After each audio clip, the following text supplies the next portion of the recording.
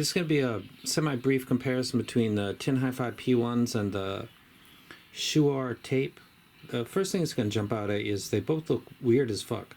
Let's be honest, this looks like Star Wars Legos something, and this looks like, I don't know, even know. These are, who cares when it's in your ear? Personally, I don't. But if somebody said, those are two weird looking motherfuckers, I'd be like, yeah, yep, no doubt about that. Weight-wise, you know, the P1s are kind of, the P1s are heavier than this. These are not that heavy. They look like a steel Lego, but they're actually quite light. And I think the cable on the, this is a nicer braid than what came with the P1. I love copper and what came with the P1, but it's got a, not a great cable. It comes with it stock. Why is there a Note 4 in this video? Because one of the points that's very odd about the tape is that it's one of the few IEMs that I've come across recently that will actually go off a Note 4. I always check just for the hell of it, and it usually doesn't. But this, oddly, because I wanted to check the P1s, and that's a no-go. I'm not shocking anybody right now with that. The P1s by TinHiFi off of a Samsung Note 4. No, it doesn't work. But this will. The Fearless, I don't think, sound good off of this. But these do. Why is that? I can't tell you. Let me get to the who gives a shit, but let's do it anyway rankings.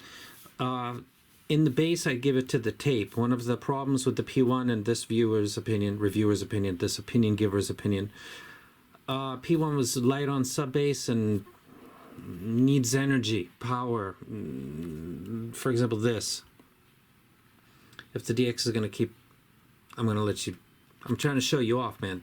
Just fucking sit there. I actually said it not to shut down quickly. The tape has got, I already posted the graph on my community section, so you can go take a look. It's got a nice elevation. It sounds really, really good. It's got great bass. I love it.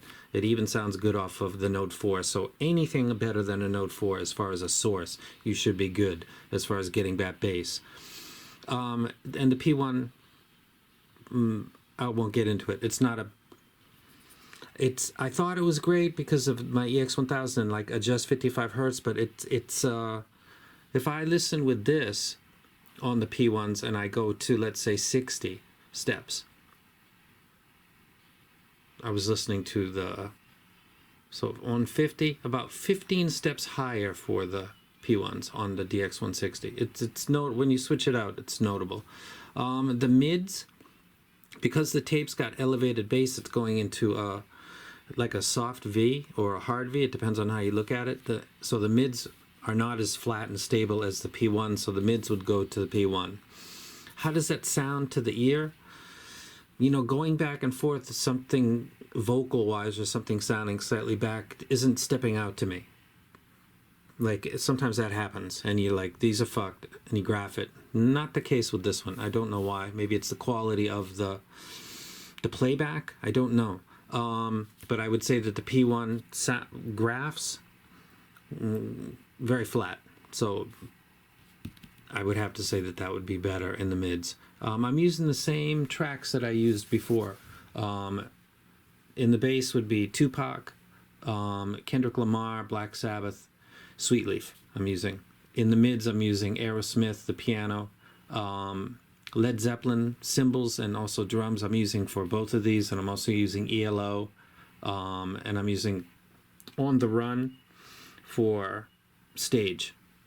Treble is where this goes one way or the other. If you're somebody that listens to non-adapt or doesn't listen at high volume, I'd say that the tape is a better.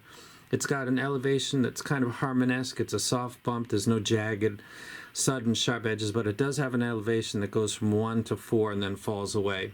And it's got post-AK info, so it's got, the stage is bigger on this.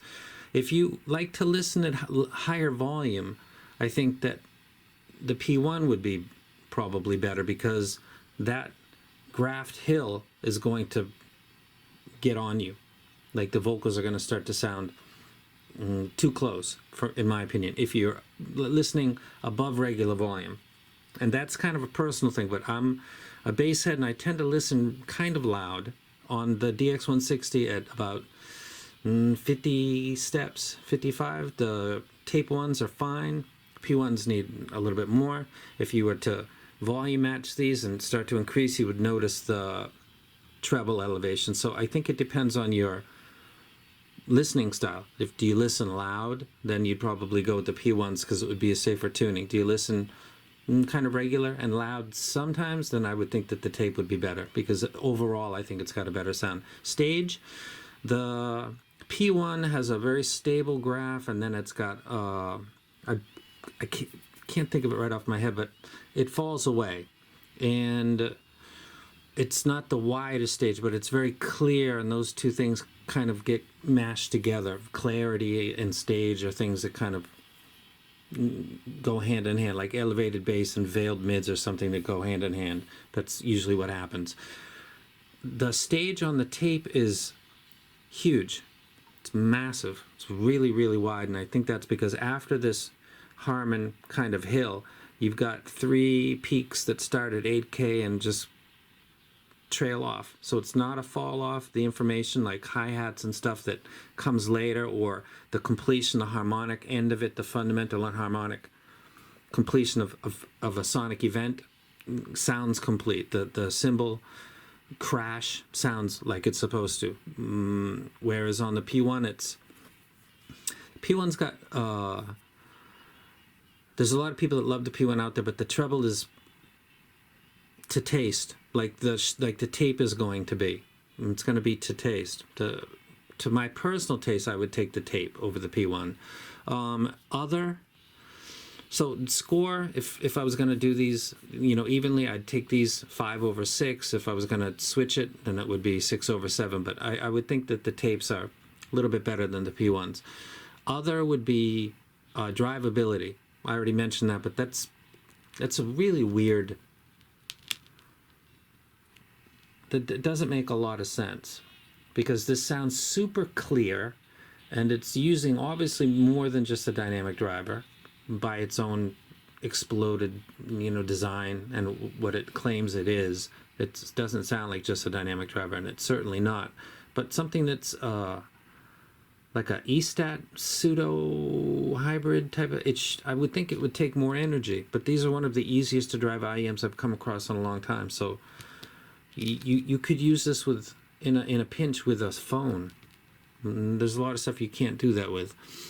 Cable quality is absolutely outstanding, actually. It's a really, really nice cable. The P1, it's made by a known company, TinHiFi, that's respected and has a track record, and that's important in this game, because if something goes wrong, who's going to take care of it, and is something likely to go wrong? And with TinHiFi, that's not likely to happen. So that's another thing to consider. I don't know Shuoer. Do you know them? I just have it in my possession, but I'm not any more knowledgeable than the people that are watching this video right now. If I were to recommend one or the other, which one would I recommend? I would recommend the tape, with the caveat that if you listen at higher volume, you're going to get vocals that sound close to you. So don't get them. If you listen it in your mind, regular volume. See, when you lower volume on most sets, you seem to lose a sense of presence, if you understand what I'm saying. And so there's a give and take there. You can lower the volume to kind of like relax and listen longer, but it seems like you're losing some little things. The tape and the way it's designed seems to be doing the opposite. When you listen to it at a lower volume, you're getting all kinds of stuff. When you increase it, you're getting the bump. With the P1, you're obliged to crank it up, pretty much. There's been people saying the bass is fantastic. They run it off of, all kinds of different amps. I believe you. Doesn't work on this, works great on this. The tape will work on both of them. So I'd wreck the tape. I can see why people would pick the P1. It really comes down to the treble and how much the volume you kick up. I like the post 8K spikes and the information that I think gives me. A lot of this is all.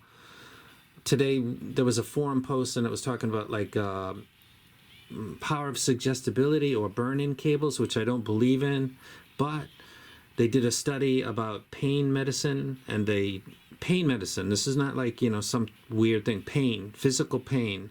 And 50%, according to a National Institute of Health study, a government agency, 50% of people reported reduced pain from placebos, which means from sugar pills, because the doctor said that they were pain pills and they believed the doctor, and then they reported back that the pain was reduced.